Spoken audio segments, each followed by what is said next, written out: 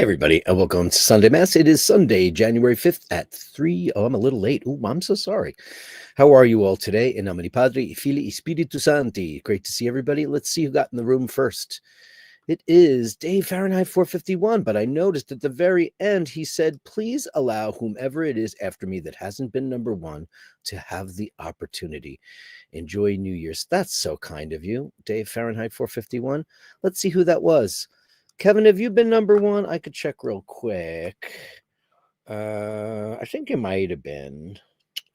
That is Basher of the Day. Is there a Kevin in there? I think you did get in there once. I can tell by, because I got my list of all the people who've ever been in here. Let me go by name, and it is Kevin. Kevin got there twice.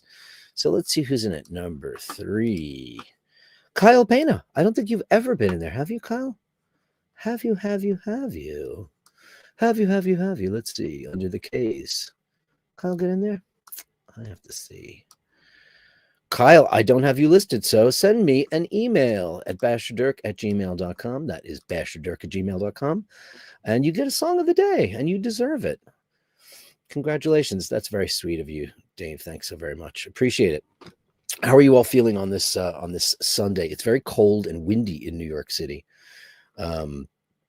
2025 has started. We're 5 days into the brand new year. I asked, what makes you happy? That's my theme of the day. What makes you happy? What makes you tick? What makes me tick is forging great relationships, keeping great relationships, trying my best to navigate through the seas of uncertainty and, all the hardships that we've gone through. 2024 was not the best year for me. And I'm sure it wasn't the best for some. For some, it might have been a great year. And I applaud you and congratulate you on having a great year. I hope 2025 is just as good. But I was thinking long and hard about a bunch of stuff and some kerfuffles and things that go on in our daily lives and relationships that go awry, arguments that happen between friends and family and strangers and things like that. And it made me wonder, what the greater purpose is of that. And it always comes down to forgiveness, depending, of course, on how severe something is. That's important too. But, I wanted to talk about something that to me is both profoundly challenging and profoundly freeing: forgiveness. It's a word that we hear often, but its true meaning and power are only revealed when we embrace it in our lives. And a lot of us just don't do that. Sometimes we just let things sweep it under the rug. I'm kind of guilty of that. Not for friendships or relationships generally, but for things. We're all guilty of that. But forgiveness is at the core of our meaningful relationships. In families where love and connection run deep, so too can be the understanding and the misunderstanding and hurt.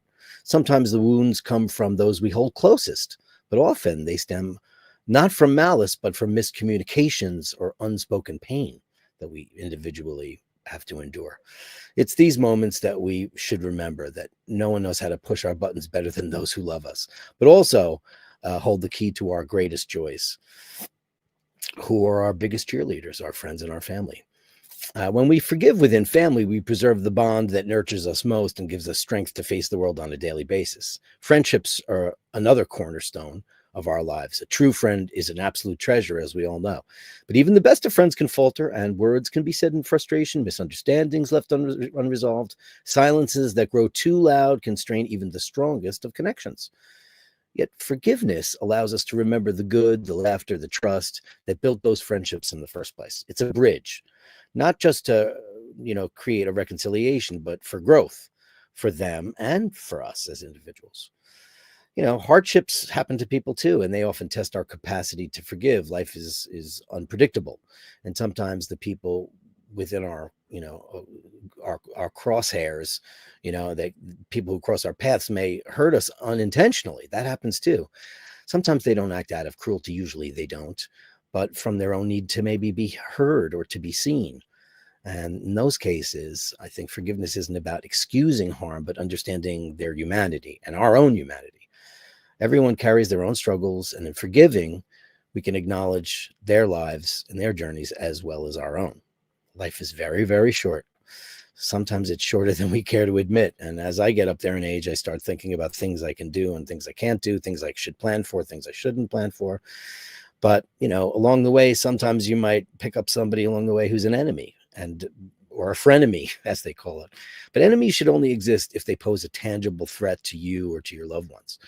Holding on to grudges or resentment is to carry unnecessary weight in a world that already demands so much of us. Let's reserve our energies for protecting what matters most and let the rest fall away. There's freedom in choosing not to engage in battles that serve no purpose. And then there's the internet. It's a space rife with people who you engage with, and 99.9% of them, in my experience, have been wonderful. But then there's people who hide behind anonymity and may use you or somebody else for their entertainment, mocking, provoking, or even stirring up discord. Most of them do so without showing their faces or use their real names. To these individuals, you shouldn't owe anything to. Not your time, your energy, or certainly not anger. Forgiveness here doesn't mean acceptance, but it means release. It's letting go of the power that some people seek to have over you and recognize that their actions speak volumes about them and not about you. Forgiveness doesn't make you weak. It makes us strong. It doesn't absolve those who wrong you, but liberates us from the weight of some people's actions and possibly your own. Forgiveness is a gift you can give to yourselves. It's a declaration that you won't be held hostage by anger, pain, or resentment on either side. So, as you navigate the complexities of life, family, the trials and tribulations of friendship, the unpredictability of life, and the noise of the online world, let us choose forgiveness. Let us choose to free our hearts and our souls and our minds. And let us not forget that in forgiving others, we often find the grace and the dignity to forgive ourselves.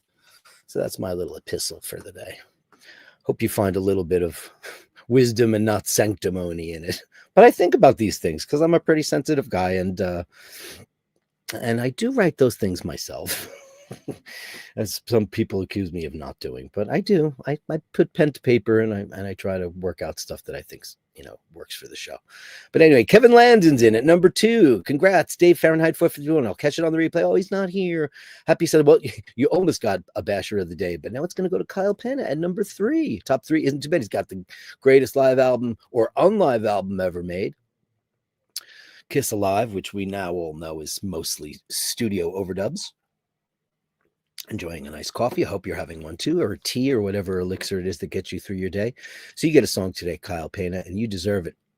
God, I should do a Kiss cover, right? What would I do if I did a Kiss cover? I've never thought about covering Kiss.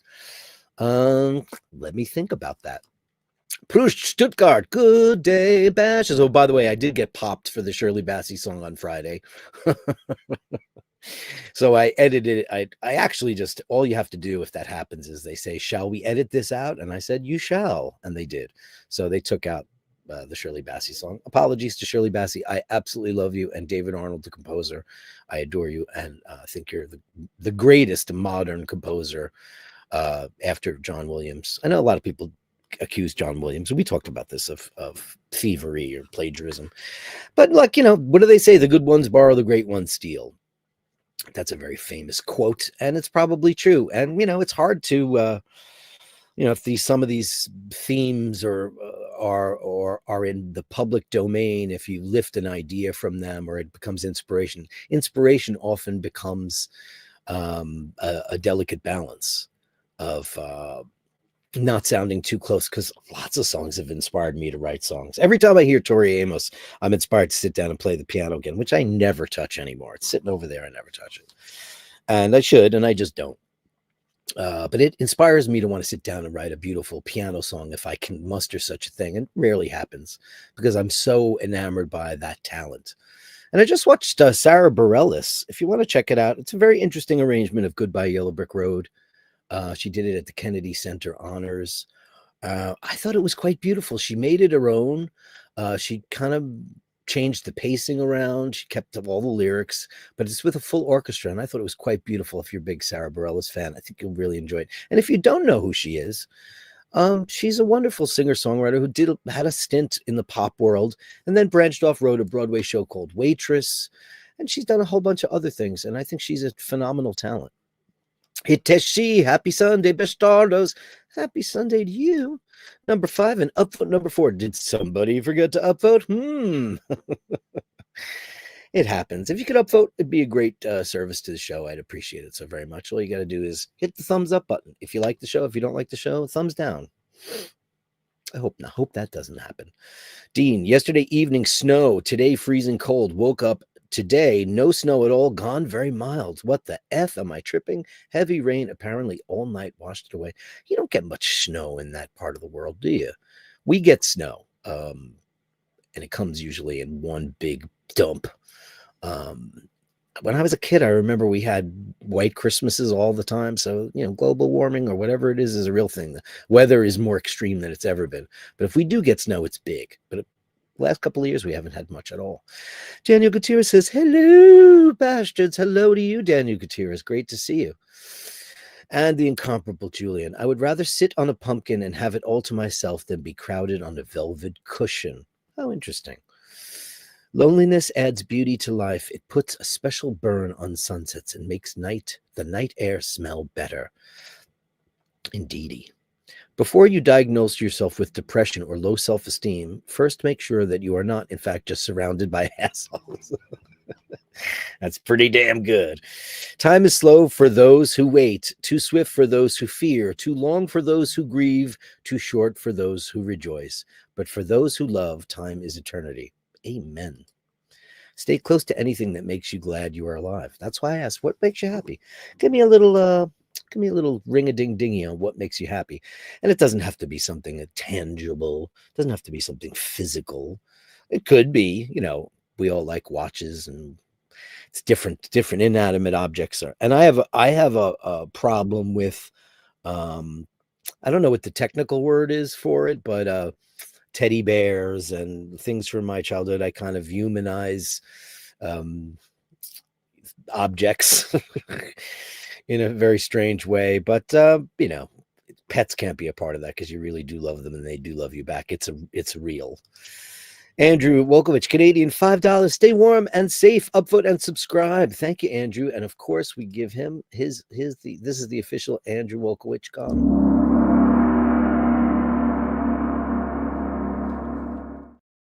Ray, bless all here. Ray, you're just the sweetest thing ever. We love you. Bonnie M. Rasputin or Milli Vanilli girl, it's true. Who did the better job? I don't know who Bonnie M. Bonnie M. We didn't have them in the States. I had to find out about that later. I know that was a revolution in Europe and other parts of the world. Like Boney M was a big thing. Milli Vanilli was huge here, and I think I've mentioned this a million times about that. Everybody lip syncs now, and everybody uses pitch correction. And they're giving away Grammy awards and all kinds of awards for people that are, in fact, not actually performing these things. A little bit of pitch correction on one note or two, I don't have that much of a problem with that.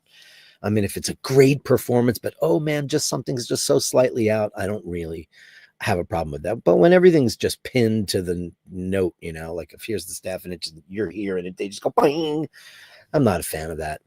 I watch Wings of Pegasus. That's one of my shows that I do watch. It's getting a little too much with the pitch correction. He's the pitch correction police. I'd rather just not listen at all. But he posted a thing that Madonna did. And, Madonna is certainly not Maria Callas or Montserrat Caballé, but she's a pop singer and she's turned in some pretty decent vocals. She's not a terrible singer. There's far worse than she. It was a performance she did at Eurovision a couple of years back. And the performance she did live was fine, but then they auto-tuned it and it just sounded so fake. So, I mean, I don't know what the purpose of that is. I understand fixing one or two little things here. That's fine. But when an entire performance, when you're auto-tuning Celine Dion or Mariah Carey or Whitney Houston or anybody, I mean, have they tried that on Barbra Streisand yet? I don't think so. I think she'd probably kill them if they did. Mike Callan super sticker, $20. Wow, that's a big one. Thank you so much, buddy boy, for that. I'll give you the huge super chat.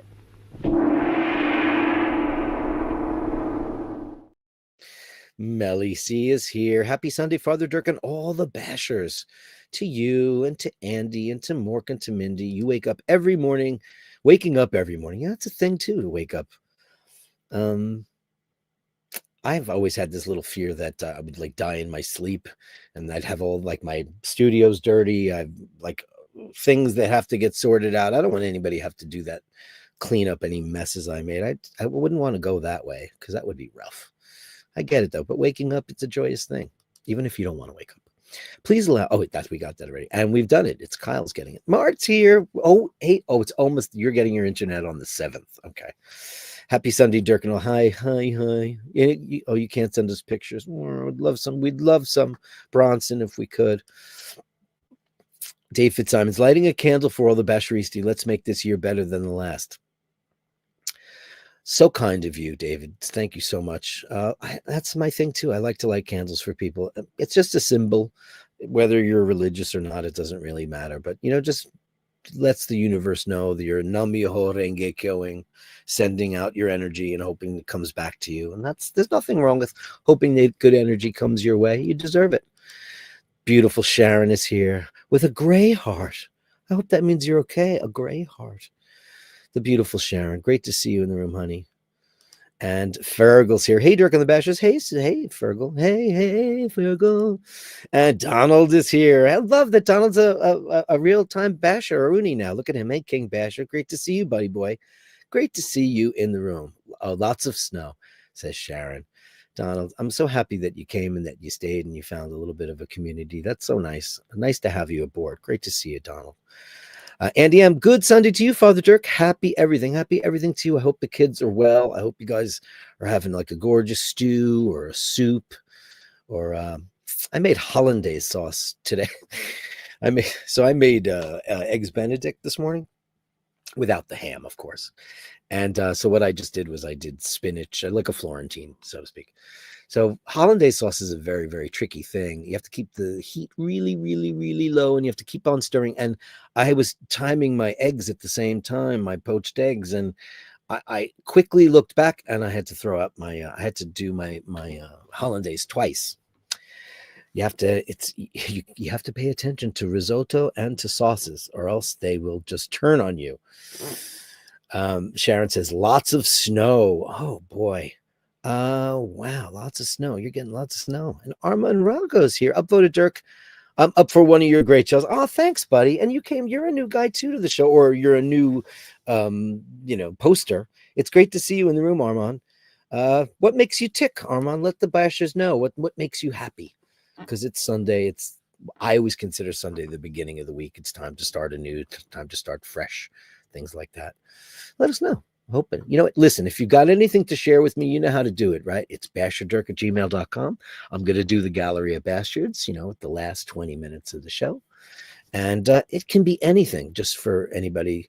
Well, I know that Donald knows, but Armand, if you don't know, we originally came from a watch-centric world. And while we still love watches and talk about them, Tuesday I'm going to be doing, thanks to Ken, who gave me a great idea, Speedy Tuesday. What am I going to be talking about? I'm going to be talking all about the reduced and the movement and how it's got two movements in it and why watchmakers don't like working on them. We're going to talk about Valjoux and Duprat Dupuis and all that stuff. And thanks, Ken, for giving me that idea. It's your show. I just host it. Remember that, boys and girls.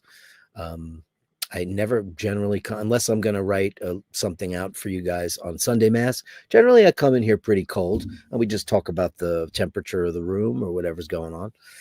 It's a loose format show, and that's it. So thanks, Ken. I'm going to be talking about, that's going to be my Tuesday, Speedy Tuesday. Can't wait to do it. I don't know if we've talked about it for sure, but never in depth. But I found a couple of interesting articles with some guys that have worked on them, and they talk about the pluses and minuses of it. Listen, those watches, you could have got them for nothing back in the day, and now they've really gone up. They've become quite collectible, and it's, my daily driver. I got to say, I wear it a lot. It suits me well, and I love the bracelet. Happy Sunday, Father Dirk and all the bashers. Melly C. Oh, I did that already. Why did you pop up there? Well, anytime I put Melly C up on the screen is worth it. Ray says, don't think I could deal with the pressure of being first here again. You're first in so many people's hearts, Ray Ray. Dave Fahrenheit. Yeah, congratulations, Kyle Penna. That's very sweet of you, Dave. Very sweet. And I will do that today, you know. Andy M. Everything when good prevails over evil, Melly C. And kittens. Oh, that's great. And cats in boxes, cats in boxes, cats in boxes. That's really sweet. Kyle Penna says, thank you for the opportunity. Which, Kyle, are you a big Kiss fan? And if you are, tell me exactly what your favorite era is. Which are the favorite ones? Oh, I got a great carrot shot coming up from Sharon. How wonderful. That's really great. I appreciate it so much. Thank you so much. Andrew says, often the hardest person to forgive us. It is it's hardest because listen, we all make mistakes in life, say things we regret, have one too many drinks. You know, we all do it. It's to be human. It's totally to be human. And, you know, I'm really hard on myself because, you know, when you're a performer and you have a shit night, and I've had shit nights, and I never used to, but it's because I don't use it. You don't use it, you lose it. You just don't have the full facility, full faculty that you used to have. And it's, you know, art is subjective. People either like it or they don't like it, or, you know, people expect a lot, you know. I mean, it's a tough thing, you know. So I'm trying to figure out a way to be less hard on myself for stuff like that. And, you know, people's expectations, you want to do it. That's why I said this year, what is going to be my mantra? It's practice what you preach. I'm just going to practice what I preach. And not that I'm so preachy, because I'm not. I know some people think I am. I'm not. And I don't certainly mean to be any of those things. I'm just trying to have a little bit of common sense in my life and realize what the priorities are and what's really valuable to me. What's valuable to me is the people that I care about, and the things are, nobody cares. You know, it's fun to have hobbies and keeps us busy, and it's great. We all love that stuff, but those aren't the things that are important. Our health, the people you love's health is important. All that stuff is super duper important. You know, who knows? Who knows? Who knows? Definitely not who cares. Definitely not who cares. Melly C says, congratulations, Kyle Panda, and well done, Dave Fahrenheit 51, because he's a super, super sweetheart. And Rufus is here holding on to resentment and not forgiving. It's like holding on to a hot coal in the end. You're the only one that gets burned. Rufus, so true, because it's like, what purpose does it serve at the end of the day? You know, like it's best to just figure out what it is that's at the heart of it all, and find out most of all the intent. Because if somebody intentionally means to hurt you, or you intentionally mean to hurt somebody else, that's a totally different matter. But like, you know, couples, I never understood couples who break up after 30 years, 35. Like, really? You guys haven't figured it out by now? You know, like that they didn't mean that. Or, you know, I mean, obviously there could be terrible things that happen. And, you know, some things I guess are unforgivable, you know, but think about like if we had a scale of what's forgivable and what not. Yes, I am wearing Charlie Brown. Thank you, Melly C and Andy M. I'm wearing my Charlie Brown watch today. I love this watch. I wear it all the time. I wear this watch so much because it's so light. It's the lightest strap I have. I actually have to, and I use Woolite to clean it. I just take it off and I put it in Woolite for like 20 minutes. Woolite is that very, very soft detergent that's really great for fabrics. I highly recommend anybody who's cleaning their NATOs to use Woolite. And it's been around since the dawn of time. It's for your fine washables, you know, linens and wools, obviously. But it's really terrific. And whatever you do, don't use OxyClean, because OxyClean will take strong colors, like very, very strong colors, and it will remove it. And I only know that from experience. And I'm shocked because it brightens. So what it'll do is, you have a deep red or deep purple or a deep purple, it'll actually fade it a little bit. So I wouldn't use that. I would use Woolite every time. Just a little hints from Heloise. But yeah, holding on to resentment and not forgiving, you know, it's, who had the time for that?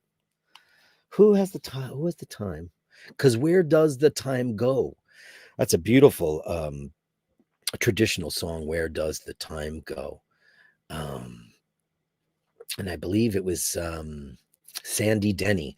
And if you don't know who she is, she was the lead singer of a band called Fairport Convention. And most notably for a lot of rock fans, she's the voice on the Battle of Evermore on Led Zeppelin 4, probably their biggest selling records because Stairway to Heaven's on it and all that stuff.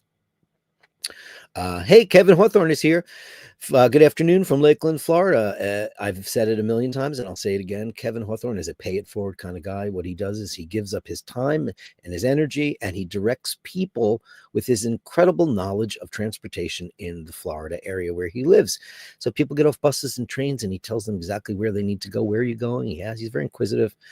Cheers to you, buddy. You're the best. Dean says cats. I say cats too. Melly C says Shandy. Is that your favorite Kiss song ever? Wow. Here's the thing, and here's why, Melly C. So that album that came from, that's from the Unmasked album. I actually saw that tour. I bet you might have done so too, or maybe you're not old enough. They played one show in the United States of America at the Palladium in New York City to break in their new drummer, Eric Carr, and I was there. It was July 25th at the Palladium, 1980. I went with my best friend, Brian Healy, my chum, and it was the loudest thing. I think I was deaf for a week. And they played Shandy. And then they went to Australia and had a huge tour there. They could not get arrested in America. That's why they were playing a small place, 3,000 seats. And then they went and played stadiums in South America, and Australia was huge for them because their American audiences had pretty much abandoned them at that point, which is crazy. But Shandy was the big hit for you. It was not a hit here. Of course, I love it. I actually love the Unmasked record. It's great. I mean, I didn't start disliking their records really until, Let's Put the X in Sex. And when Gene and Paul tried to be like they were in Motley Crue or Poison, I was like, who put those Neanderthals in stiletto heels and lingerie? It's just no. You have to look like Bret Michaels if you want to look good in lingerie.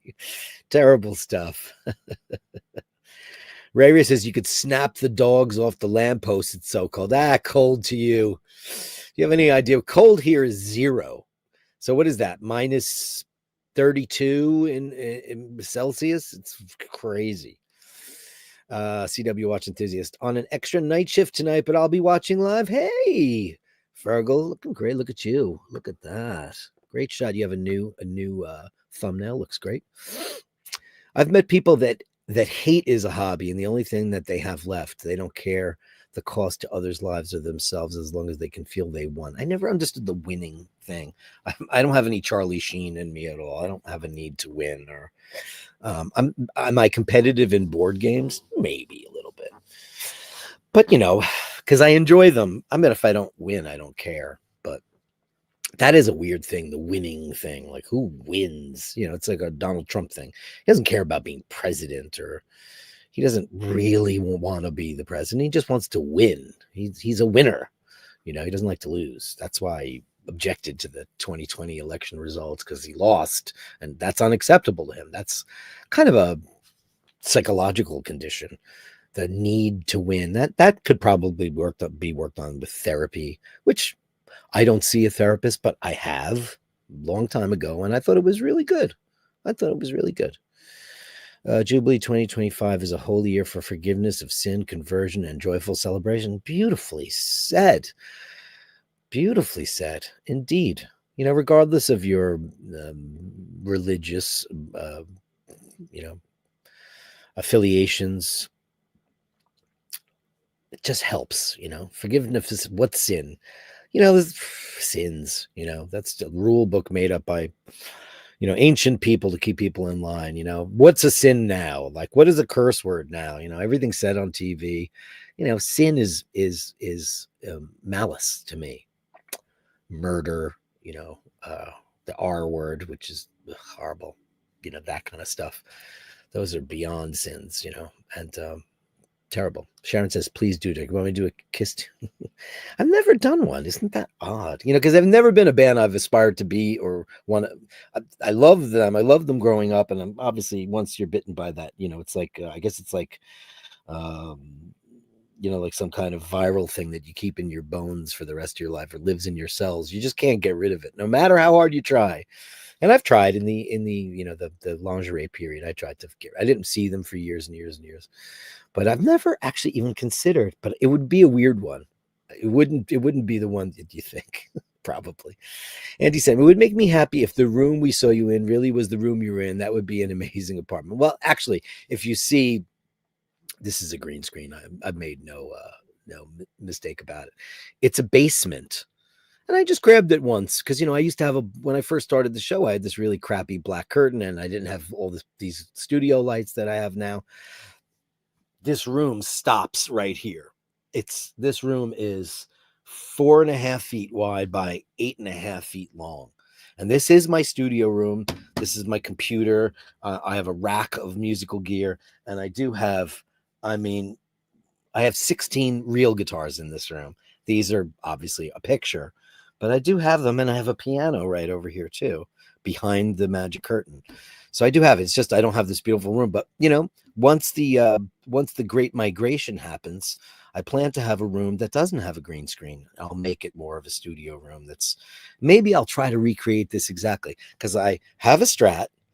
I have kind of a Les Paul. I have that Gibson, which is crap. I don't have an ES335. What else is there? I have that exact Telly in green.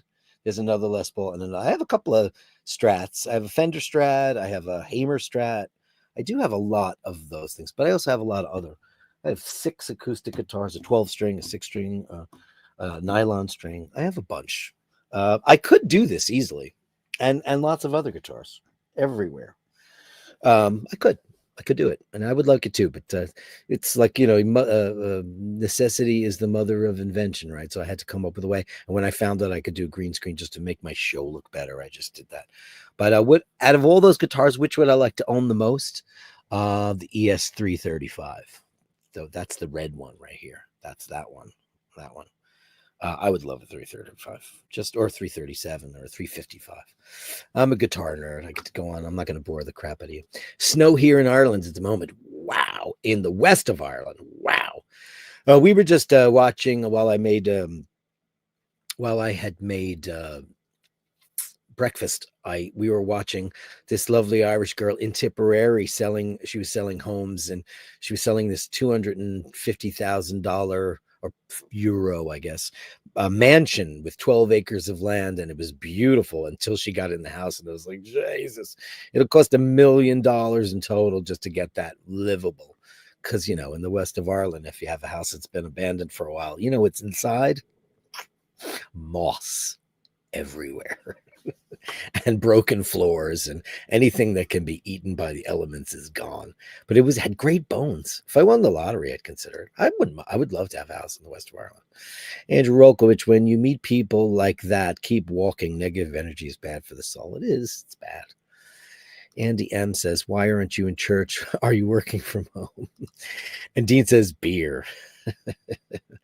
You have grandchildren? Well, you are the hottest grandma ever in the world, because holy crap, you look amazing. Look at you. You started young, darling, because you are one beautiful granny, if that's the fact of the matter. And how could that not make you happy? My sister, Pat, has many grandchildren. She's the eldest of my family, and her grandchildren are everything to her. Melly C, Ray says, besides you waking up makes me, that's sweet. Melly C, my first wife and her mother have never been caught in the rain. Follow the other big road. Brown girl in the ring. God bless the innocence of Boney. I see. We don't know Bone. They had, what was their biggest hit? I don't know. I know that it was the same producer, Frank Farian, right? I know that, who created all that. And it's the girl with the wrench. Carolyn Martin's here. Hello, all. Look at this new thumbnail we have here. What do we got going? Is that a Breguet? I mean, it's so hard to tell from these pictures. Are so small. It's the girl with the wrench. She's here live. Did you see the other day? Hold on a second. Let me see if I can find it really quick. Yes, hold on. Let me show it to you because she didn't get to see this live.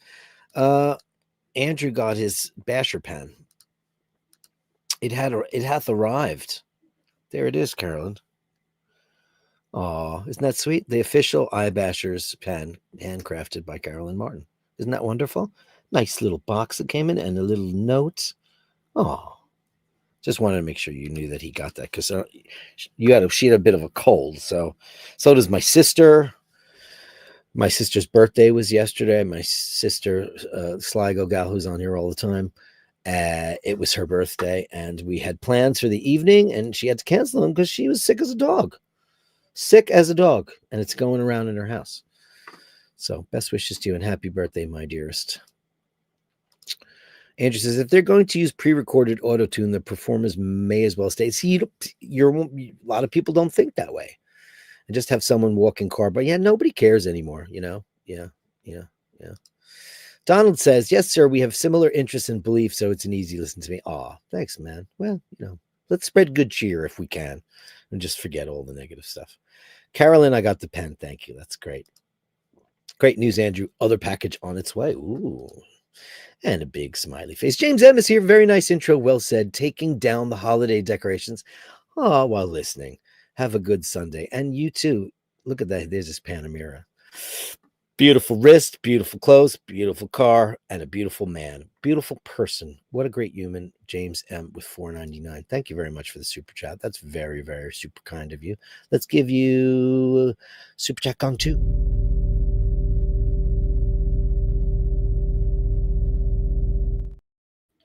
I'm always so sad at the end of my espresso, even though there's plenty of more espresso in the house. I'm always sad when I finish it because I make a double. It's a quadruple espresso. Let's face it. It's just, what am I going to do? Kyle Pena, yes, big Kiss fan. I've seen them 5 times. God, I probably couldn't count, but I did stop seeing them for quite a while. I saw them in, am I jittering here? I saw them in 1977 because my sister Pat took me and her boyfriend Tom took me to see them December 14th, 1977, my first concert ever. And that started me on the whole road. Then I saw them in 1979 Dynasty Tour, 1980 at the Palladium, 1982 Creatures of the Night. I saw them up in somewhere upstate, I forget, Glens Falls. 83 I saw them at Radio City Music Hall. Then the net 84 or 84 I saw them at Almas. I saw them up until like that Hot in the Shade crap, and then I was done until the reunion 96. Saw them about 5 times, 6 times on that tour, and then I saw them on Psycho Circus, and I haven't seen them since because I won't go see them. Well, they're done now, or so they say. They're done now, but I didn't need to see them with Tommy Thayer and Eric Singer, both wonderful players. Listen, Tommy Thayer is a much better guitar player than Ace Frehley at this point. It's sad what's happened to him. He's got problems with drugs and alcohol. He won't admit it.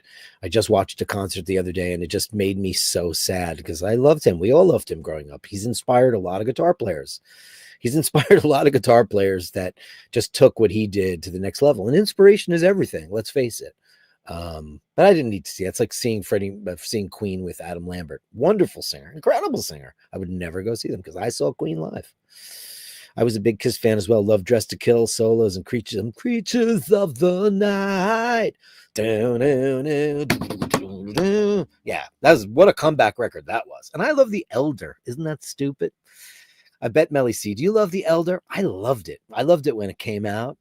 And I know they hate that record. And man, do they hate that record. I love that record. I think it's great. It sounds amazing. It's Bob Ezrin. How bad could it be? All solid picks. Kyle Pena says, a person with no forgiveness in heart lives fate worse than death, Mr. Miyagi. Oh, that's a great one. So true. Andrew says, instead of divorce, why not have a lover for Wednesdays and Fridays? Keep the weekends for family. How Italian of you, or how French. No, I don't have a favorite. I do like Hard Luck Woman. Who doesn't? Whenever I met you. Peter Criss on vocals. It was written for Rod Stewart, but Rod said, nah, I don't like this. Me too, Melly. Jocelyn Bittenbender's in the room. Hello, gorgeous. Happy Sunday, Bashers. Catching up on the chat and laughing at Andrew's wicked witch insinuations. I know. Oh boy, is it? Listen, there'll be witches, and then there will be witches, but there will only ever be one Margaret Hamilton. She was the best Wicked Witch ever. Melly C. I haven't seen that Wicked thing. I'll go see it. I'll see it. I'll go check it out. Melly C. Beth is also a friend. Yeah, me too. Hard Luck Woman is so underrated.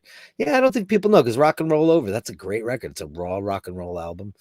It's underrated. There's so many underrated great songs. Going Blind, Coming Home. Um, Even like later in their career, Every Time I Look at You, I think that's a great song. What's the other great ballad that they had? They had another great ballad in that era because Paul was at the top, the zenith of his vocal genius. Because Paul Stanley at one time was an absolutely incredible vocalist, and he overdid it, and that took its toll. Steven Tyler, he got to keep it longer, and Paul's never done drugs or smoked or done anything. He's always kept his voice, but he just overdid it. It's 45 to 50 years of, all that stuff. That's not easy to do. Singing rock music is certainly not the best way to keep your vocal cords in shape. You can study operatically, you can do all of those things, you can know your technique, but sometimes rock and roll just overtakes you, and you start powering and shouting louder and using more grit, and that actually takes a toll on your voice. Whereas if you just go out there and sing an aria, you know exactly how it's supposed to go and use only your technique and your god-given talent. But when you're in a rock and roll band, you're fighting with volumes, you're fighting with the drums and the bass and the crowd and the stuff.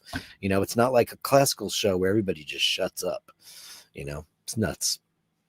Not old enough, you smoothie, flattery and all. No, it's true. I mean, I went to a concert in 1977. It sounds like, I was a kid, but it sounds like a long, long time ago. Unfortunately, Dirk, I am old because you're old enough. Carolyn Martin says, Melly, see, your spirit is young, and I'm sure you don't look your age. She definitely does not. Not unfortunately, Melissa, I would say fortunate. Indeed, fortunate because we saw all this stuff. We got to see it. Isn't that great? We got to see all the music before it got stupid and before it got processed and crappy. Yeah. The problem with moving to Italy is that if you decide to move, like E. Stewart Hall says, you might not be able to afford to do so. Plus, I'm doing Bashers from there, baby. I'm moving the show when that happens. Because this is the year where we're gonna figure out how to make it happen. Enough waiting around. And like I've said before, it would probably be in increments, like 3 months here, 3 months there, 3 months here. I'm a EU citizen, so I can stay there as long as I want. Paul cannot. He's working on that. But to stay there permanently, you have to establish residency or get citizenship through a country. I am a citizen of Ireland, so I have no problem living in the EU. No, and I might not be able to afford to do so. I have no intention of giving up my living quarters. I have a rent stabilized apartment in New York City, and even though it's been under a terrorist regime of the last 2 years, there's no way, there's no legal precedent for her to win. So it's just a bump. It's just a really annoying bump in the road that I have to go through before finally she just gets thrown out of court, which is going to happen because there's no one who's ever on a legal basis said that. So we're not going to give up the US. We're going to just not be here as much. And I'm hoping, because my Italian is okay, because I study it every single day. I use Duolingo, and Paul speaks fluent Italian, and he corrects me and teaches me on these things. Asheen speaks fluent Italian. Emmett speaks fluent Italian. I'm surrounded by people who speak fluent Italian. So, and I welcome all the corrections if I say something wrong, or I get the conjugates wrong, or the, past participles, or whatever in the language that, because it's a different thing. It's a Romance language, a lot of different things. But I understand the majority of it. I just have to get used to being dumped into it, and that is where it happens. Like I've said before I understood any Italian, the first time I ever went to Italy in the 90s, we were at Paul's aunt's house. His mother was there, his aunt was there, his other aunt was there, his cousin was there, and they were, and I felt like Charlie Brown in the classroom. It was like, I just kind of need people to speak slower, and I can answer back too. However, it just needs to be slower. That you just need to get dumped into it. That immersion is the only real way. But yeah, so you won't miss me. I'll be here. I'll be, because like believe me, if I left on a Tuesday and did a show from a Tuesday, And then I got on a plane. This next show would probably be the Thursday or the Friday over there. I don't plan on missing a beat, because think of this. Where we plan on going, I could just get on a train, next stop Napoli, next stop Florence, next stop. I could show you the town, show you the beach and the historical, the Roman city and all that stuff, and take a train and take you guys on the walkabouts instead of listen. Everybody knows New York. Everybody's seen New York. Everybody's done New York. I can show you as much as I can if you've not been here, and it's my pleasure to do so. However, I'll be exploring parts of Italy that I've never been to. Napoli. I've been to Florence and Milan and Rome and all that stuff, and Venice many times. And I'll never forget my friend Mary Schwartz said after my first trip to Venice, I said, "Oh my God, I absolutely loved it." She goes, "Don't worry, you'll be back many times." And I was like, "Oh, I hope so." And I have many times. And I'm grateful for that, because I think travel is the great elixir of life, to see other cultures, see other societies, to see other, it's amazing to just, not just the food and the wine and the blah and the stuff, just to be a part of the people which is really great. And that's another thing. I want to be respectful when I get there and not walk in there and go, pardone, donut. I don't want to sound like a yokel. I want to try my very best to, slip into society as best as I can. And I'm going to need help, and I know that. And I hope they forgive me for it. E. Stewart Hall, to move to Italy and then move back. Yeah, I definitely, I plan on keeping both sides open, Thank you for that. Cowbells.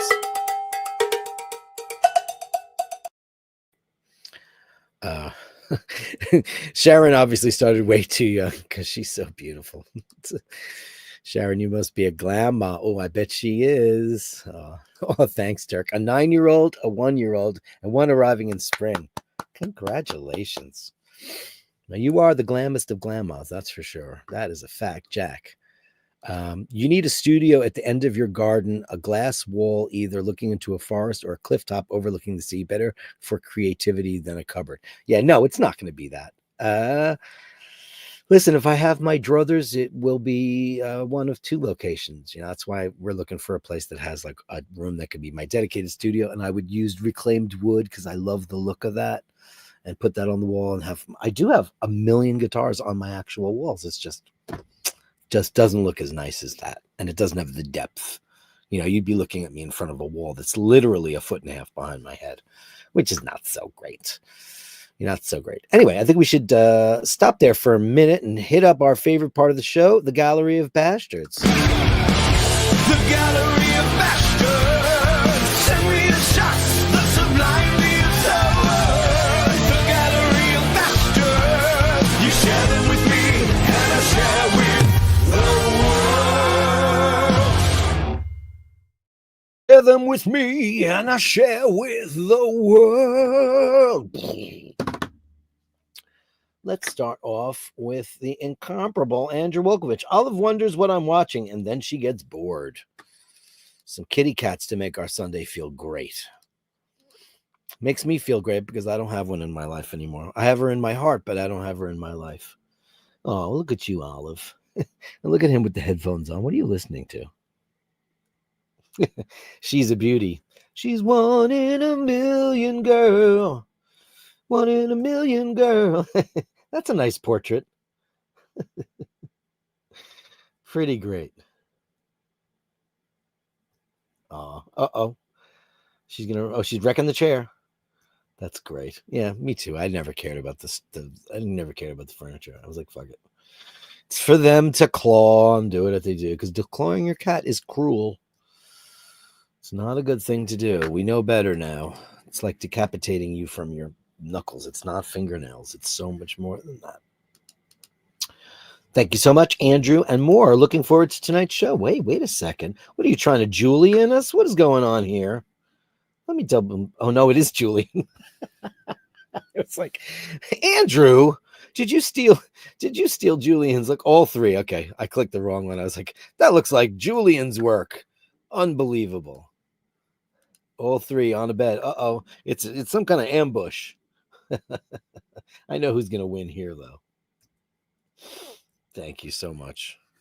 That's amazing. I clicked on this picture and I was like, that looks like you bitch stole my look. Ladies and gentlemen, a gallery from ours truly. It's Julian. Beautiful. Spiral stare against a brick wall, stone. It's always about texture and shade and light with him. Oh, I don't know how to pronounce that. Is it Albemarle? I know, like the King's English is different than the American English. Is it Albemarle? Albemarle probably isn't. Beautiful though. Was he under the bed, Stuart? I have to look at that. I have to go back now. Was he under the bed? That's beautiful. How did you? Is that a superimposition? Can't be because I see the reflection. Oh, this speaks volumes to me. I see madness, confinement, and maybe torture. Oh yeah, is that Audrey Hepburn? Beautiful, great colors, Julian. Wow.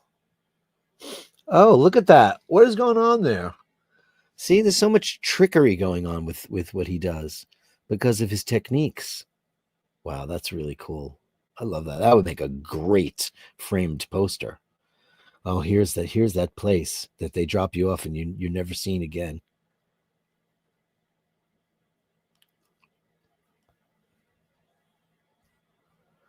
Oh wow. Madness. Was that bullet holes? No, bullet holes would be more precise, right? Wow. How did you get into these places?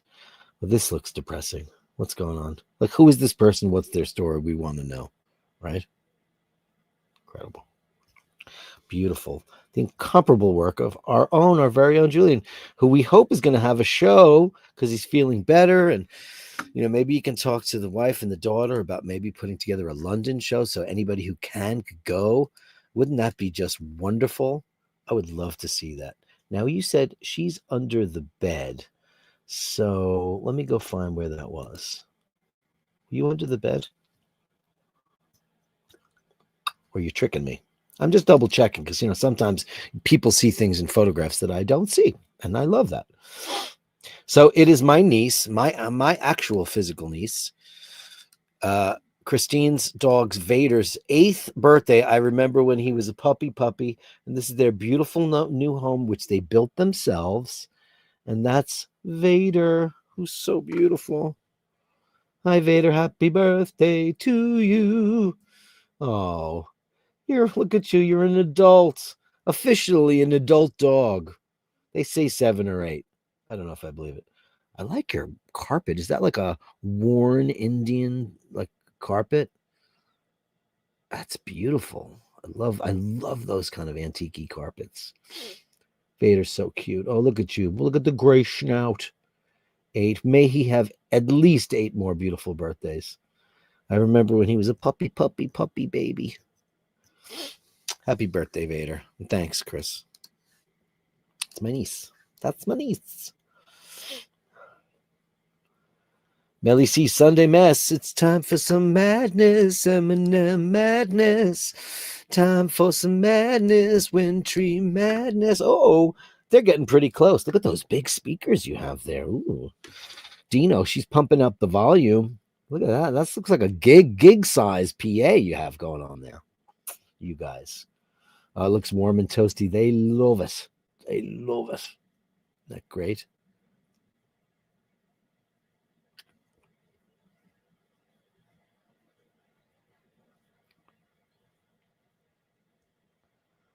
Oh, look at you. You're a big baby.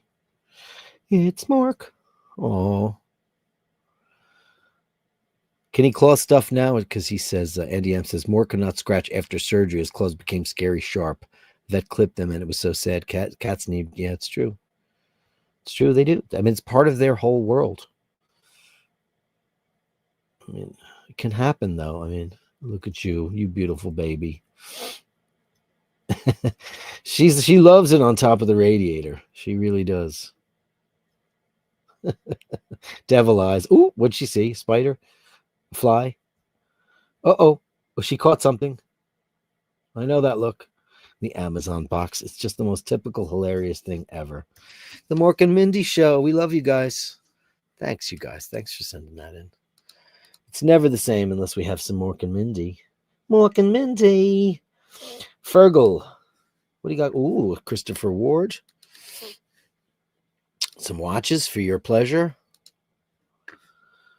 Chronometer. It's a great looking watch. Great shot, by the way. Wow, that's really great. Listen, their design aesthetic is just out of this world. Look at that dial. There's just so much going on there. Madness. That's a beautiful, beautiful, beautiful watch. One of these days, I'm going to get me a Chris Ward. There's so many to choose from. That's the problem. They have so many styles. I have to go on their website and go, oh, look, see. Because I know that they changed a lot of stuff around. But thank you for that. Ken says, not a Cybertruck designed for people who love beauty and ripe tomatoes. Oh, he's got an Alpha. Nice. Ripe tomatoes. There you go. He's in it. He's in Italy. The Brera. Look at that. Oh, yeah, Alphas are cool. There's a guy on my block who has a Giulia. And I always go on, when we get to Italy, I'm going to have to get a Vespa, but yeah, I love Alphas too. They're beautiful. That's a pretty car. Pretty car. Look, a pettine. Doesn't that pettine mean comb? I believe it does. So what does that mean in terms of hey, Paul. I want to ask what it means in terms of traffic signs, because a pettine is a comb, I believe. I believe that that's true. I could be totally wrong. But I'm pretty sure it means comb. Thank you so much for that, Ken. Yeah, they're beautiful. Kyle Penna, Gallery of Bastards. Good morning, Dirk, and happy Sunday Mass. Submission is the 2023 Japanese Market Seiko Otani collaboration, 1,700 pieces from Kyle. Oh, yeah, this is a pretty one. Yeah, sure. We're all big Seiko fans. Everybody loves Seiko. There's nothing to not love about the company. Look at that. Great shot. Great wrist tune. Great, great, great. Beautiful. Beautiful looking diver. That's got all the bells and whistles. Very oyster bracelet too, huh? Wow. That is 1,700 pieces. I love it. I absolutely love it. Thanks. Thank you, Kyle. I'll get your tune out today. Kara as a kitten. Oh, don't do kitten shots. They're just to make us crazy. From Sharon. Cover your cute sensors. Oh boy, look at you baby. There's nothing cuter with their fur, because their fur is like so downy and wild when they're kittens, and their ears always look too big. I'm sorry. She's beautiful. What a gorgeous thing. Oh, what happened? What happened? I hate when it does that. Thank you, Sharon. And then we've got one more from Sharon. Kara's new home. Oh, did you guys move? I don't know the story behind that, do I? Or is the new home you got a new couch? You have a beautiful, beautiful home, beautifully appointed. Look at this gorgeous, everything about it is perfection. Beautiful mantle, beautiful fire. And look, who doesn't love that? Of course. Because your couch is their couch. It's actually their couch. So you're allowed to sit on them, I guess, right? Oh, thank you very much for that.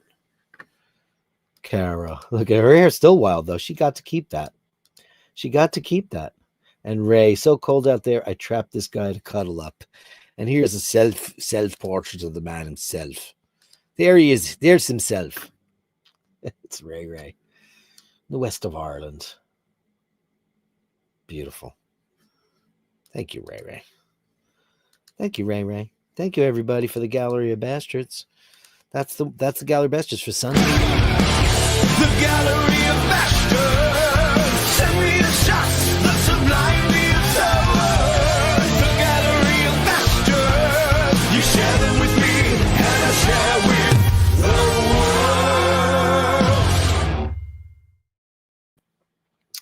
Ray wants to know if I've done a thumbnail of cats on stage in rock band style.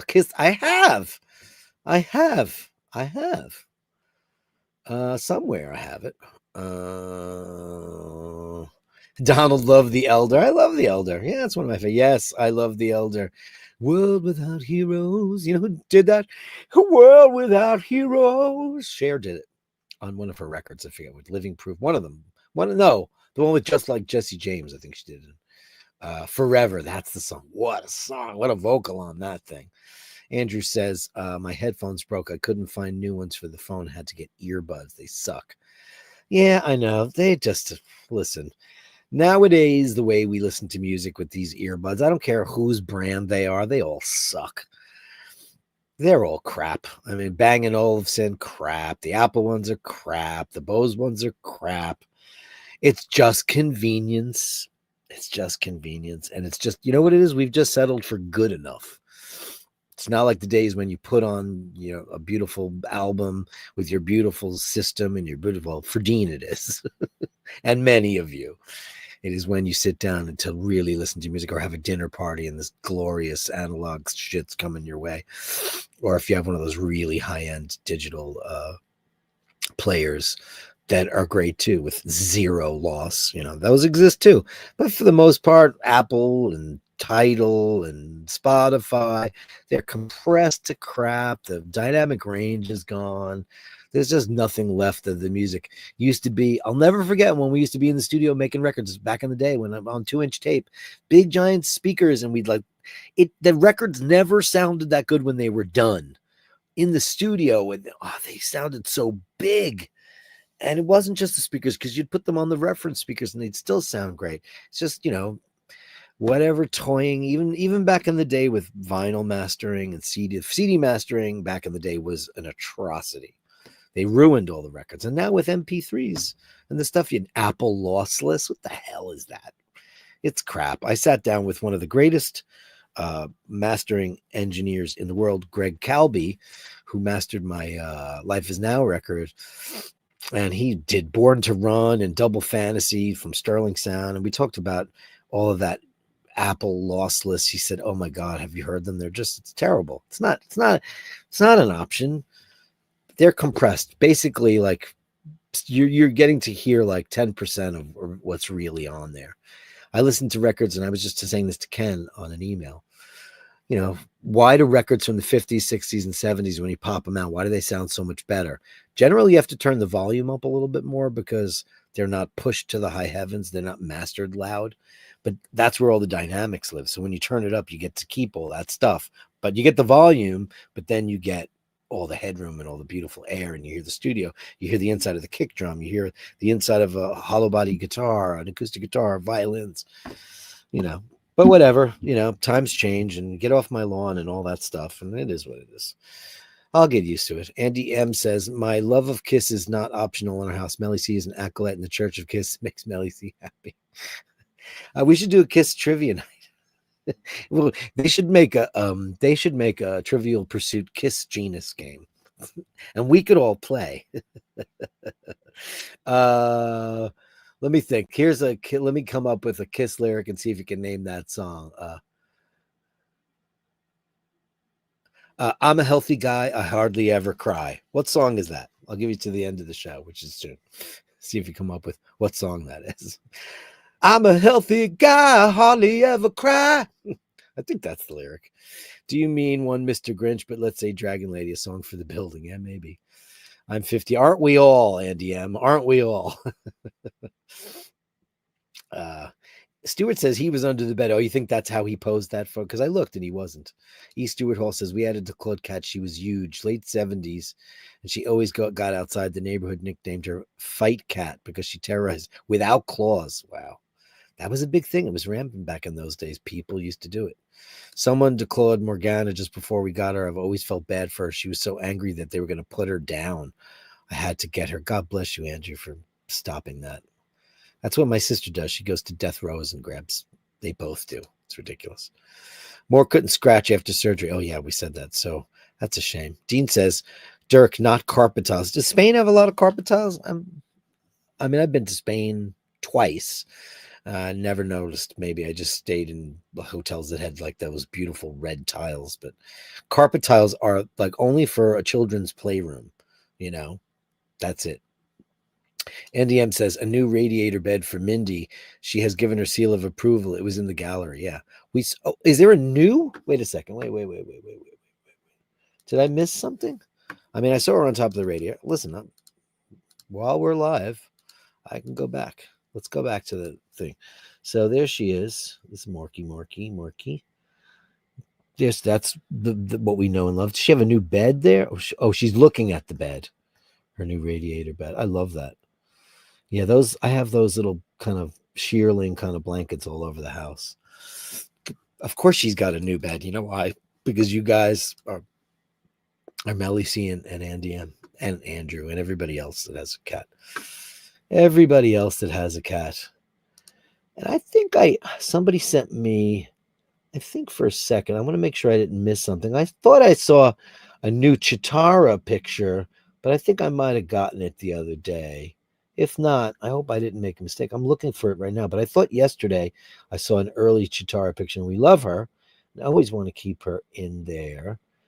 Where would it be now? No, I don't see it at all. Okay. Anyway, no, it could happen. I rescued Kara on my vacation to St. Lucia. Did you smuggle her home from St. Lucia? Amazing. I love that. Isn't that weird what happens in those islands? I don't know if you were around at the time, Sharon, but in the 70s, it was 79. My sister and I were in Aruba, and there were all these kittens, and it was high tide, and they were on top of a giant rock. So we went and we got all the kittens and found homes for them in the hotel. Everybody took one. They were adorable, beautiful kittens. But they were like stranded on a rock. How they got up on this rock? I guess it was low tide. They got on the rock. They were not like weaning or anything like that, but you're an absolute angel for doing that. It's a cat's world and we just live in it. Indeed we do. And DM says, Death, you're kidding. She'd still find me to bend my ear. That's true. That's because all the headphone brands you were talking about are shit amateur stuff. Sure, of course they are. Yeah, but Beats by Dr. Bray. The Studio 3s, I've never tried those. I guess those are Apple now too, since they bought it. Just a fact, human babies' eyes don't get larger as they grow up. Mother Nature is a genius. So that's interesting. Dean says, my inner ear headphones are Sennheiser IE800 monitors, but they are not cheap. Yeah. I mean, listen, I have 8 driver. Where are they? These things, kiddo. I have these things. And I don't use them to listen to music. Maybe I should. But, these are the IE8s. And, they're molded to my ear. These are for, singers, live performances. So basically you take them and so you go like this, and then you turn it and it goes into your ear. You wrap that behind your ear. It gets plugged into a wireless unit and it gives you the ability to monitor yourself. Now, I know a lot of people who, thanks to Emmett O'Malley, because he was touring with Enrique at the time and got me an artist discount on these because these are insanely expensive. And I'm not saying, aren't my headphones expensive? I got half off on these things. And they were still like $1,000. But they also have 8 drivers in them. And I don't think I've ever listened to them for music. I probably should check that out and see what it sounds like. I tried them on the show for a while. I'm one of those guys, old school guys that I always, whenever we did shows, I did about 5-6 shows with that. That's it. Because I'm an old school guy with my foot on the monitor like Bruce Dickinson. I always take one out because I want to hear the room. It's just, I'm just not used to being kind of like restricted like that. But yeah, headphones, I mean, I guess when they get really good, they get really good. But there's something about all those wirelessy ones that they just are all blah. But that's what everybody buys. Nobody buys. I mean, Sennheiser, they technically make the world's greatest wireless microphone for performers too. Currently, it's called the 5800 and it's got a Neumann capsule on it because that's the greatest microphone in the world. And people use Shure, which is okay, and Evie, which is okay. But then you want to get up to the big boy stuff. That's a totally different echelon of audio quality. Here's Carlos Paggi. He's late to the game. It all started going wrong when the loudness wars began. 100% right. When they started that. And, when I was talking about the engineer that worked at Sterling, marvelous guy, he showed me what it looks like. Like he showed me what Born to Run looked like, like the audio file. And there was like this much room on both sides. And then he showed me like a Metallica record that you couldn't see any waveform at all. It was just black because they were both done in that studio, not by him. Drew B says, got love for sale. Nope. Close though. I've got love for sale. And my love will not fail you. The digitization of music is convenient, but it sucks the life from the music. I miss the snap, crackle, and pops. You know what? You strike me as the type of guys. Oh, Melly C nailed it. I love her all I can and try to understand. Oh, she's good. She's good. Love her. First of all, can we just talk about maybe the best Ace Frehley solo ever in the history of Kiss? He was on fire then. Incredible. Drew B goes, that's it. Yeah. It's Love Her All I Can. It's Love Her All I Can by Kiss. This is a record we did back in the day. It was produced by our record company president, who really had no business producing records. That's right, Gene. Stockholm Publishing says, good morning. Good morning to you. Dropped in to say hi. Great to see you. Is it nighttime there? I guess it is in Stockholm, a city I've never seen. I'd love to go. We all live in a cat world. Just lots of stupid people here haven't realized it yet. Yeah. Yeah. Andrew says, Dirk, would they plug into a phone? They have a 1/4-inch jack. What they plug into is an actual wireless unit on your belt. And that wireless unit, basically what happens is a monitor engineer is sending that signal to your headphones. So if I wanted to listen to music, I would have to plug it into something. They are not wireless they're only wireless if you plug it into, like a Sennheiser wireless device, which I did. Why do you not use them? Why? Because they're not convenient and they have cables. It's convenient. These, and they're not great. They're not great. But they're convenient because like I can talk on the phone or say, Siri, pause Dress to Kill, call Melly C. It's just I'm just as big a jackass as everybody else. So there's no, what are you gonna do? No smuggling. She had to go to a vet for a week after I left the island. And then she went by limo to St. Lucia Airport and then flew to Toronto on Air Canada by herself in cargo. Oh my God. Such a journey. Sharon, a quick story before we go. Just a story before I go. Colin, Oisin's cousin and Emmett's cousin, was in Moscow with his girlfriend at the time, and they were walking through the streets at night, and this stray dog came up to him. It was right around the Olympics, and they were shooting dogs in the street, literally, to get them out of the way for any kind of tourism. They didn't want all the stray dogs. Apparently there's tons of stray dogs. Isn't that nice? And isn't it shocking? This dog was starving, so they went to a store and they got him some food, and they gave him the food and they walked away, and the dog followed them back to their hotel. Next thing you know, the dog's in their room. Next thing you know, he's on the phone to me. He goes, well, I want to take this dog home. How do I do it? And I said, well, you're in Russia, so that means tomorrow morning you go to a vet and you hand them a ton, give them whatever rubles they ask for and fudge the paperwork. So they doctored all this paperwork, and they gave him the shots that he needed to travel, but I think they need to have the shots plus a week because they gave him the shots, but they gave him paperwork that predated it. So they got on the plane with the dog and took the dog home, and his name is Yuri. That's my story. Dean says, I tried the most advanced Bluetooth headphones and they were disappointing. Wired headphones is the way to go for better quality. Agreed. These headphones, like a lot of singers, prefer a wired microphone. I don't. I like the compounding that happens in wireless. There's a certain kind of boost that happens in the low to mid frequencies with the better systems. And at this point in the game, it's just volume at that point. It's little about fidelity. But when it comes to headphones, I prefer the wired ones are the way to go. But then, you look at like Adele and Katie Lang and a lot of people, they tend to go and prefer Amy Winehouse preferred a wired microphone. A lot of people do. Cordless anything is inferior except for TV remotes and VCRs. Yeah.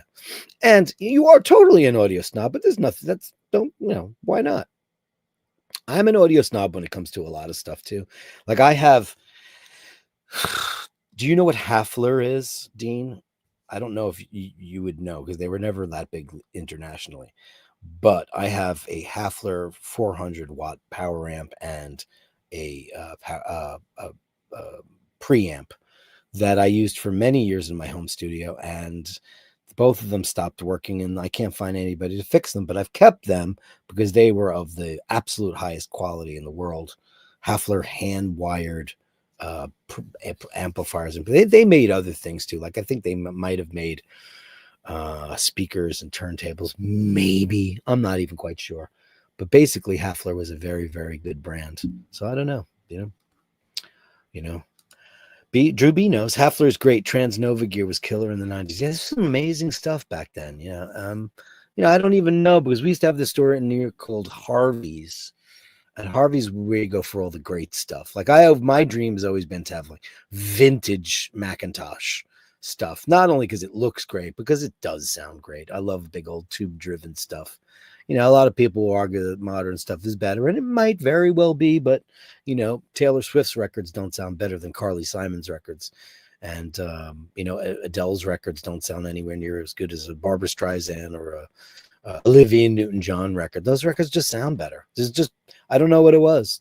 Things just sounded better, Aaron O'Malley says, hey, Aaron, Bluetooth turntable speaker and cans, very happy. Okay. Listen, I have one of those new USB turntables, and it's fine. I mean, I would love to go get one of my old JVC LA55 because I just went to my friend Corey's house and he had like a JVC 1000 from the 80s, and it was a problem with it, and I was able to repair it for him, and it just sounded great.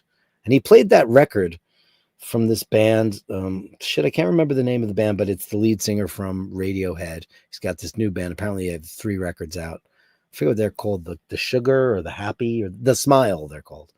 And it was a really good record. Sounded great on vinyl. The problem is the more you spend, the better the sound. I'm always chasing the best sound. Don't think I will ever get there. I don't know. Maybe you should just go get some really old shit, and maybe but that's probably expensive too. I'm not so sold on a lot of modern technology. I think modern technology is mostly there for our conveniences. I don't know about, because I'll tell you, and this is a fact, my 1983 Nady 700 wireless system, which was a VHF mic, but it was one of the first. It was the one that with the green and the red dot on the bottom. Everybody.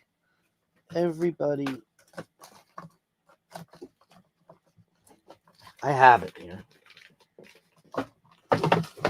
Probably going to make a mess, but here. This is cool, right? This thing's been all over the world. This is my road case, my Hitman road case. This is cool. Got stuff on the back. I don't know what's on here, but this is the best sounding wireless mic, and every engineer agreed. And it's really old, and it doesn't work right now. And there's nobody there to fix it. You've probably seen this in a million 80s videos, right? It's got my name on the bottom of it. It's huge. I used to do my little spinny trick. I need some room to do it. It doesn't have a battery in it. This thing, this is a Beta 58 microphone. And the thing about this microphone, am I boring everybody? It does have a battery in it. Shame on me. Let me take this battery out. Look at this. Look how crap that is. This thing was 10 grand. 10 grand. It's got a Sony, a Shure Beta 58. That's what's in it. That's the microphone. Isn't this crazy? I used this forever and ever and ever.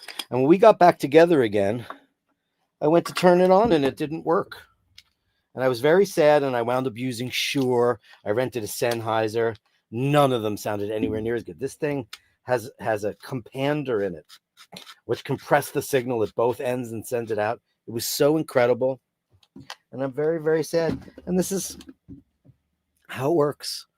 It connects to this thing and plugs in via XLR. And this is the thing that plugs my headphones into. My wireless earbuds. It goes right into there and it gets transmitted so I can hear the signal. Anyway, I thought you might find that interesting. This microphone, everyone used it. Everyone. I'm talking about everyone at Live Aid used that mic. George Michael did it. And Freddie Mercury had one then. He had a Sony one. He was mostly a wired guy, but that's because of the time he was in. But all the Bon Jovi and all the guys, they all had that. Yeah, it looks like an SM58 and a lightsaber have a love. Yeah, because it's a big mic. But I used to do this little spinny trick with it. It was cool. I loved it. You know. Dean says, my audio system is modern. If you heard it, Dirk, your option would change. No. My opinion would change. Led Zeppelin sounds amazing on these new speakers. I've been listening to a lot of Zeppelin, I know. No, I believe you. But I have a friend who's got an old Macintosh room, and I think it's the C80 or I forget what it is. I remember I've never heard a system that sounded better than that. It's not, he doesn't have Macintosh speakers. I forget what he has, but he's got some Vandersteins or something crazy. Audio snobs are enlightened. Audio snobs rock better than anyone else because they hear the best possible version. Yeah, it's true. It's true. A high-end audio from the 80s and 90s can be picked up for pennies on the dollar. Few people want it. No Bluetooth. Yeah, that's true. But a keen and a sharp eye in the marketplace, you can put together a great system. Yeah, I agree. You can. Amazing. Yeah, Dean's stuff, dude. Carlos, his stuff is out of this world. It is I would say no to that, but it's it's a mortgage payment. It's more than it's a mortgage. That's a lot of roses, and a lot of hedgerow. He had to work really hard for that stuff because it's a lot, and that's because he loves it. So it's a passion of his. Isn't that great? It's like somebody said to me, who spends 15 grand on a watch? I say at least 1 million people. If you look at Rolex's sales every year, think of that. 1 million people buy. They sell them over 1 million watches a year and they're sold out. Isn't that crazy that 1 million people spend $15,000 on a watch? I guess it's not crazy in the end. It just sounds crazy. Who knows? Anyway, great stuff. Guys, thanks so much for joining me on this beautiful Sunday. It's amazing that you all come in and we're all on the same page. And I love doing the show each and every single day. It's my pleasure. Thank you to everybody who came in. It's a great show to have you here on Sunday. I'll be back on, it's a little cold. I'm down for walkabouts, but it's really horrible right now. This week looks really shit, but I'll be back on Tuesday for Speedy Tuesday, and we will be doing a deep dive. Well, I'm not going to bore you. A deep dive on a great watch, and that is the Speedy Reduced. I'll go through all the iterations, talk about the movement that all the guys are talking about. And thanks for Ken saying, you've got one of those. Why don't you talk about it? I've talked about it, but not probably at length. There's still great deals and they're beautiful watches. If you want to get a hold of them, it's automatic. So you don't have to think about it really, unless you're one of those watch winder kind of guys. I am not a watch winder kind of person, but people are, and that's fine. Drew says, as an ex-hi-fi sales guy, I guarantee you'll never be done. Oh, you'll never be done. It's like guitar players are always looking for that guitar, that amp, or whatever. You're tone chasing. You're just tone chasing. It never ends. But anyway, guys, thanks so much for everything. I'll see you on Tuesdays. Remember to hold the door open. Remember to say please and thank you. And remember, you can't always know what's going on with someone. If you encounter somebody who's unkind, just give them a little bit of a benefit of the doubt. Give them enough rope because, you know the rest. So go in peace to love and serve the Bash. Thanks so much. It's Sunday Mass.